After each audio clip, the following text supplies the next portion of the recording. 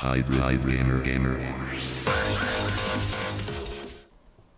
Hello guys and girls, and welcome to another review. This time it will be on the newest game to hit the shelves, Batman Arkham Origins.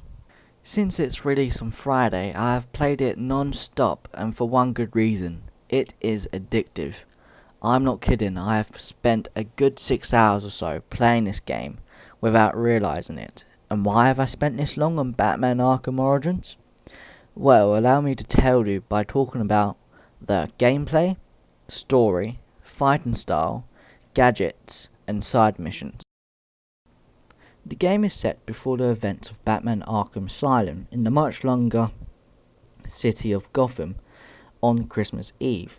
For people that have played Arkham City, you'll see some familiar locations and areas such as the museum or steel mill, but most of the buildings and roads are completely different. Adding to the new look, there are new enemy types, most notably the martial artists, which have the ability to counter-attack your strikes. Also, Bane's venom-induced henchmen. Think of these as the Armored Thugs 2.0. Before you realise it, you will be encountering every enemy one way or the other, either by swinging from gargoyles, crawling through crates, or my preferred option, shooting down at bullet speed into a crowd of unexpected victims. Along with the newly redesigned Gotham City, Batman can also travel to both Blackgate Prison and the Batcave. Both locations will play a pivotal part in the story. This travelling can now be achieved by the all-new fast travel system that has been included to the game via the Batwing. However, as always, you will need to unlock these fast travel locations by decoding the Riddler's radio towers. Moving on to the story, and without releasing too many spoilers, at the beginning of the story, the main aim is to hunt down Black Mask and beat the truth out of him for why he has placed a $50 million reward on your head. Whilst trying to hunt down this supervillain, you will meet familiar bad guys along the way. To name but a few, you have the Penguin, Bane, Killer Croc, and who could forget, the Joker. Moving on to my favourite part of the game now, and this is one of the main reasons why I've bought this game in the first place, is because of its brilliant fighting style and the simplicity of it all. Don't get the wrong idea, I like the fighting style of Assassin's Creed as much as the next gamer, but what the Batman series has done is taken the movement and fast pace of AC and compressed it down to a simple few buttons so that you don't have to press and hold 1,000 buttons all at the same time. No matter how hard the enemies are, they will eventually fall with a few counter-attacks and punches here and there. The one thing that I think that every other similar game should have, that only the Batman Arkham series consistently has, is that the fight mode.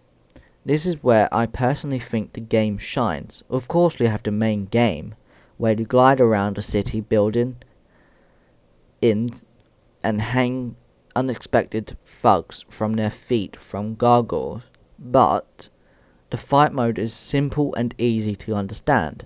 Lord of Batman, you have unmatched fighting skills. There are a dozen or so guys that want to kill you. Beat them up until they can't move. That's why I have loved the fighting style on this game. It's because the developers haven't abandoned it and moved to something that shouldn't be changed. The second to last topic that I will be discussing are the gadgets that will help you defeat the thugs of Gotham in and outside of the story mode. You have the standard grappling hook, explosive gel, and smoke bombs, but then you have the all new weapons such as the remote claw that hooks onto a person and catapults them to a gargoyle. It can also be used to create a tightrope from one end of the room to the next. The all new cluster grenades. If you have played Batman's Arkham City, then this is gadget is identical to Iceman's ice grenades. The shocking shock gloves. This gadget will see a lot of action, most notably when fighting enemies. As you activate these powerful gloves, it turns every enemy into a twig. No matter how strong they are, Batman will be able to knock them down to the ground with a few punches. And finally, the concussion grenades.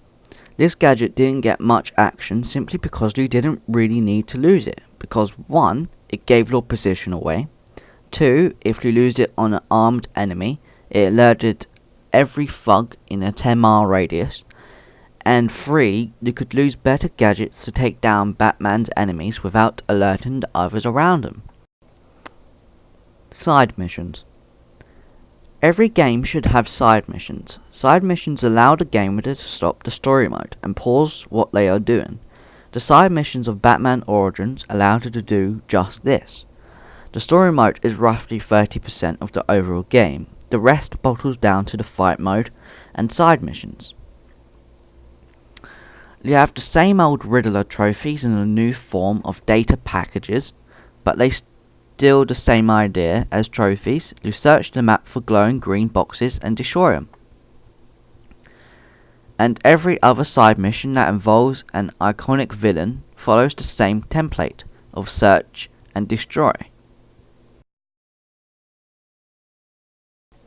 The only true new side mission that is different from the others is the new case files that go hand in hand with the new detective mode that allows you to scan a crime scene and discover evidence that will lead you to the perpetrator. As of right now, of writing this review, the price of Batman Origins on PC is $27.99 from Amazon and £40 from Steam. So is it worth buying this game? In my biased opinion, yes, it's worth it. It allows everyone to put on that terrifying mask of Batman and become the Dark Knight. As a gamer, however, this game, like many others, can be improved. The story mode, for instance, is too short and quick for me. After I completed it, I expected there to be a twist in the storyline. I hope you've enjoyed this review. I know that I have certainly enjoyed playing this game. I have been Hybrid Gamer. Until next time, bye guys.